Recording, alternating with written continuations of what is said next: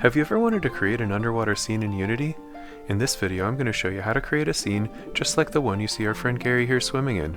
First we'll cover creation of the player's swim controller, terrain, and underwater visual effects. Next we'll create animated underwater sea plants, the water surface, and underwater bubble effects. The whole project is available on GitHub, and I've included custom Unity packages you can install yourself to make it easy to follow along. Let's get started!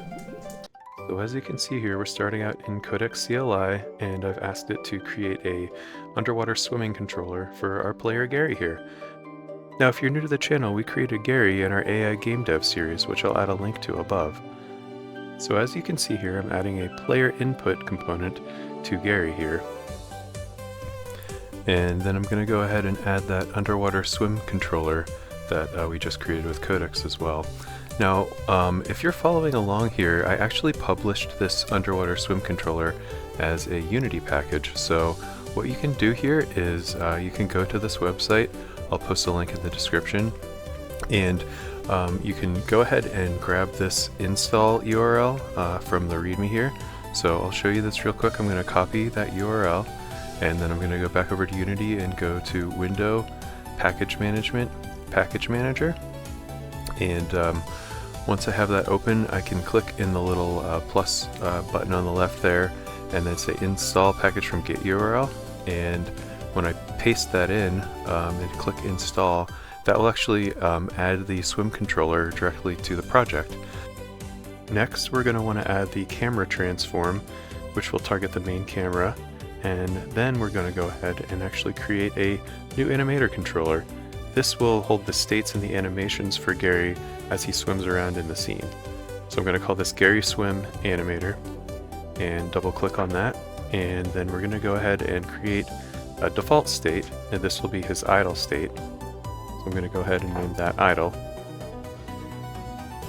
And then for the animation, I grabbed these treading water and swimming animations from mixamo.com, which has thousands of free humanoid animations that you can grab. Next we're going to make a swimming state, so this will be when he's moving around, and we'll choose the swimming motion for that.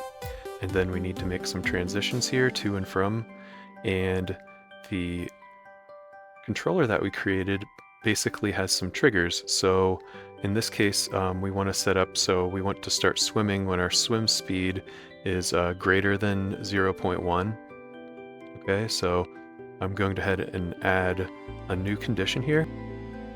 I'm going to say swim speed less than 0.1, and I actually mixed these up. This should be swim speed greater than 0.1. I fixed this later. And then for the reverse, we want the swim speed to be less than 0.1. Okay, so once we get those animations set up, we can go ahead and click play and see how this looks. And so his idle state looks good, and moving around he goes into the swimming animation. So that's looking pretty good so far. So the next thing I'd like to do is add camera motion for when the mouse moves around. So I'm going to go back over into Codex and ask it for the third-person camera view to be able to rotate the camera around when you're holding down the mouse button. So we'll go ahead and let Codex do its thing, and looks like there's a couple of steps here, so we're going to need to go back over to the inspector and click on the camera controller again. And for the look action for the player, we want to choose the player look action from the input controller. So let's give this a try. Okay, so I'm able to move my camera around. I'm able to use the ASDW keys to move Gary around in the scene. This is starting to come together pretty well. So the next thing I did here was ask Codex to create an underwater visual effect for the camera that we have set as the third-party camera here. So it created this underwater visual script. Again, all of this code is available in the GitHub link if you want to check it out. So the next thing we're going to want to do here is create sort of a barrier for Gary. We don't want him to just be able to swim off into wherever. So what this is going to do is kind of set up sort of like a little valley, and we're eventually going to turn this into a bit of a maze for Gary to kind of swim through. But I'm just kind of roughly plotting out here some mountains inside the terrain for him to swim in between. So we'll eventually put the water surface on top, so he's kind of stuck inside of this little area here. So go ahead and finish this up. And once we have that looking good, we'll go ahead and hit play and take a look at the scene. So it's starting to look pretty good. It's looking like we're underwater. We obviously don't have a water surface yet, but the blue fog effect is definitely working pretty well to simulate kind of an underwater visual effect for Gary here. And he's obviously stuck between these mountains, so I think that's a pretty good start. Now I think what we need is some texture for our seabed. So I'm going over here to Meshy, and I'm going to have it create some sandy looking, maybe like an ocean floor type of look to it. So I have it in this prompt here, and I think I like the bottom left one, looks pretty good. So we'll go ahead and save that and get it to our disk, and then head over to our tiling tool over here on Image Online and go ahead and upload that file that we just downloaded and choose PNG and click OK. And we'll take a look and see how this turns out. Alright, that looks great. It's tiled well, it looks pretty seamless, so we'll go ahead and download that texture and bring it on over into our Unity scene.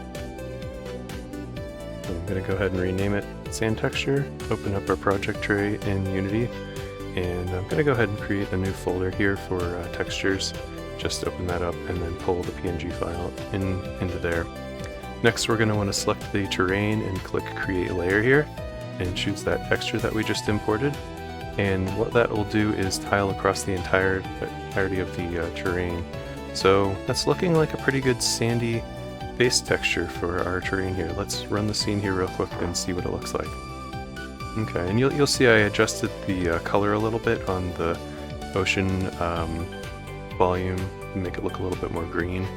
But yeah, this is starting to look like a bit of an underwater adventure here. So now let's populate our ocean world with some underwater sea plants. So what I did is I had Midjourney create kind of a flat gallery layout of some underwater plants. So corals and algae and things like that. And so what we'll do here is we'll go ahead and save that image and then bring it over here to Rodin, and we'll use their image to 3D model. So I'm going to go ahead and click the remix gen and choose the image that we just created and click generate. Once that's loaded, we'll see, okay, we've got 16 really nice looking models here. Rodin usually does a pretty good job with this on the first try, so I'm just going to go ahead and let it go. And so now we have the material generated. We're going to confirm that. And then we're going to download this as a GLB file. So I'm going to click GLB, and you can't actually do 4K without a business subscription, which I don't have. So I'm just going to stick with the 2K resolution. And then once I unzip those, I'm going to pull them into Blender over here. So I've demonstrated this in a few other videos before, but basically what we're going to do here is separate these out into their own individual objects and export them as individual GLBs. So this is kind of a nice technique that I've used to generate a number of different models that I want to use and do it all in one fell swoop with tools like Meshy and Rodin, and then get individual pieces of it. So what I'm going to do here is kind of get the camera lined up a little bit, and then I'm going to go into edit mode, which you can do by pressing tab, and then I'm going to hit Alt-Z to go into X-ray mode. Now, X-ray mode lets you select all of the faces that you're kind of looking at from the camera's point of view here. So, and from there, all I have to do is hit P and then choose separate by selection. So we'll go ahead here and speed things up and get through all of this real quick. And obviously you don't have to do it this way. You could generate these one at a time by hand through Rodin if you really wanted to. If you don't have Blender or you're not comfortable in it, that's totally fine. You know, this is just one way that I have found that works for me. But with a lot of this stuff, you kind of got to play with the tools and see what works for you and what doesn't. Blender is pretty intimidating. It's still intimidating for me, to be honest, but this has worked pretty well. Okay, so this next part, I kind of wanted to put levels of detail on these meshes, and so I actually used ChatGPT to help me out with this, and I had it create a Python script that will automatically create levels of detail for these models. It's not professional grade or anything like that. It's basically just using the decimate function to create the different levels of detail. But I was originally intending on importing these as trees inside of Unity, which require levels of detail if you want to paint trees on the terrain. And you'll see what I ended up doing, but just to kind of walk you through my thought process here, I decided to use this Python script. And by the way, I do have this Python script on the GitHub repo if you want to check it out. So if you want to try this on your own in Blender, go for it. But basically, what I've got here is this Python script. I'm going to go ahead and run it. And you can see in the top right there, it's actually turning all of these models into different levels of detail here. So I think it adds 3 levels of detail for each of these. Now this is important, you know, if you're putting a lot of a model inside of a Unity scene. This will help with rendering, that'll help with GPU usage and things like that. So it's something that you want to kind of pay attention to if you're working with a lot of geometry inside of a scene. But like I said, this Python script runs object by object, so it'll run on the selected object that you have there. And so now we've got levels of detail for all of these models, and you can kind of see over here they're all kind of set up. And the next thing I'm going to do is go ahead and export them into our Unity scene. And so in order to do that, we'll select them one at a time and use File Export. And we're going to want to stick with the GLTF format. You want to make sure to check Selected Object here. And then I'm just going to go ahead and name this Plant 1 and click Export. And honestly, after I did the first one, I kind of got lazy and I had ChatGPT generate me another script, and this one will actually find all of the models inside of the Blender scene here and export them all individually for us. So I can just click Run here, and you can see it selected them all one at a time and it exported them all individually. And so now we've got all of those GLB files in our folder here. So I'm going to head back over to Unity, and you want to make sure that you have this GLT fast importer here. If you don't have this installed yet, I don't think it comes by default. You won't actually be able to import any GLB files into your scene. So we got this model into Unity here, and we can drag it into our scene here and take a look real quick. But you'll notice an issue here where there actually aren't any LOD groups when this gets imported, and this is just because the way that it was exported from Blender, it didn't quite work right for the GLT fast importer here. So in order to get the LOD groups to show up properly, I actually ended up creating this little auto load on import CS file. Basically what it does is just ensures that it can pick up those decimated models and actually turn them into the different LOD groups. So I'm going to go ahead and paste that in here and then try and import this again. And when I select it here, you'll actually see that we do in fact have LOD groups on the right there inside the inspector. So let's go ahead and pull the rest of these models in and let them do their import just like we did with the first one. And so I played around with these as trees first, painting them as trees on the terrain, and I ran into a lot of issues with the animation and just the general setup. So what I actually did is I came back here to Codex and I asked it to create these sea plants as details. So details work a little differently on terrains than trees do. But the nice thing with details is that you kind of get built-in animation. So you can see here these kelp are kind of floating around just like we kind of want to. So I had another script there that I kind of used to convert all of those models into terrain details so I can paint them onto the terrain. Now if you're following along and you'd like to import your own plant models, I published this plant terrain detail toolkit here, very similar to the underwater swim controller we did earlier on. So if you grab that Git URL here and then go back into your package manager, you can install that as well. So go ahead and say install from Git URL again, and then paste that one in as well, and then let that install.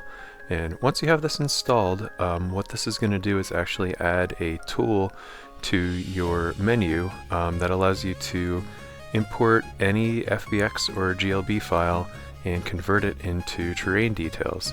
So we'll go ahead and let this install and run, and then what I will do is, so you want to select the model that you want to turn into a terrain detail. So for example, I'm just going to grab one of these sea plants here that I have, and then under tools you'll see there's this terrain details, convert mesh to terrain details. Now this tool will grab the selected item, and it has a couple different presets. So for this one obviously we'll use underwater sea plant, and then the other thing you can do is select a target terrain, and this will automatically add this as a detail to your terrain. So if you've got your own custom models, you can use this. The next thing we're going to work on here is a surface for our water. So I found this URP water shaders GitHub page, and it has a nice little demo scene. It's kind of like a little pool area with some pretty cool looking surface water. So I'm going to show you kind of how I did this. I pulled the scene into my project, and then what I did is I found the sample scene and I dragged that sample scene over here just so I could grab the surface texture and the water out of that. And what you have to do here, since this tank is a prefab, is you have to actually unpack the prefab so you can pull the surface object out of there. And so what I did is I just pulled this surface object over into my scene here and kind of pulled it up over the little maze area that I had here, and just kind of expanded it out like that. So that'll kind of give you a nice sort of top to the water. And since we're not using like a water volume or anything like that, we're just using camera visual effects, this will work actually quite well for our little sample scene here. So once you grab that, you can go ahead and remove that sample scene from the list, and you should be good. And you may have noticed the terrain there was kind of smoothed out. I just kind of wanted to show you here real quick how I did that. So I kind of raised the terrain a little bit and used this smooth brush, and I just kind of went around and smoothed out all of the hills. This is also partly just to cut down on the amount of shadows we're actually getting underwater. I rotated the sun so it was shining directly above, and just made the shadows really smooth so they looked a little bit more natural. So the next thing we're going to do here is kind of adjust and tweak some of the settings for our details. I want these to be pretty varied in height, so between 1 and 3. So I went ahead and kind of adjusted these, added a little bit more noise, and then I'm going to go ahead and just start painting these in patches. I will say I did try playing around with a random brush that just kind of randomly painted all of the underwater sea plants in random patterns, and it didn't look very good. It didn't look very natural. So what I ended up doing, while it took a little bit longer, was just kind of went around our map here and painted the different types of sea plants in patches, because that's kind of how they grow naturally. So just kind of showing you here real quick what that looked like. And so we got Gary here swimming around in the water, and we've come quite a ways since we had our swim controller and he was just kind of floating around in the air, and now he can swim in this somewhat alive underwater area here with all these sea plants and the visual effects for the water. But you know, there's always more we can do here. So the next thing I'm gonna have Codex help me out here with is creating a component to make some underwater bubble effects, because that'll make it look like we're more underwater, obviously. So let's see what it can come up with. And so it's going to be using a particle system here, and we're just going to let that compile and take a look and see what it does off the bat. As you can see here, it looks like something's floating up, but they're kind of like pink squares. So Codex does not typically get things quite right on the first try, so we're going to have to go back and work with it a little bit. And so I did a little bit of back and forth with it and said, hey, these are looking like pink squares still. Let's see if we can fix that. And so what we ended up actually having to do here is go ahead and create a new material, and this is what we're going to want to look like a bubble. So we're going to make it kind of a bright bluish color, and we're going to want the smoothness to be all the way up so it's very shiny, and we're going to also want to make the surface type transparent. And I tried playing around with the blend mode a little bit, kept it on alpha for now just to kind of see how it looks. Yeah, we want this to look like it's sort of a shiny, transparent type of look to it. So once we have that set up, I'm going to go back to this bubble emitter here, and we're going to choose a different surface type for our bubble effects. And so let's take another look, and they're getting there, but they're not quite transparent yet, so something's wrong with the material. So we're going to want to head back to the inspector and uncheck alpha clipping, and then under the color picker here you can see you can actually choose an alpha value. And then the final missing piece, if you can see the shader at the top, we want to actually URP particles lit for our shader. So I'll play the scene again here and take a look. Let's just swim over a little bit and see if we can find some of those bubbles and zoom in on them a little bit. And there you go. So those are looking pretty good. Those are looking much more like an actual underwater bubble. So yeah, I think we've got a pretty good material. They're looking pretty realistic. And that's how we created the bubbles.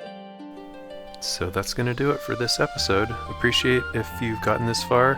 And what we'll do next is we'll actually take this underwater scene and import it into our Gary game dev tutorial series that we've been working on to turn this into the next level for him. So like I mentioned earlier, all of the source code, all of this is available in the GitHub link in the description below, so if you run into any issues, please let me know. And don't forget to like and subscribe. Bye!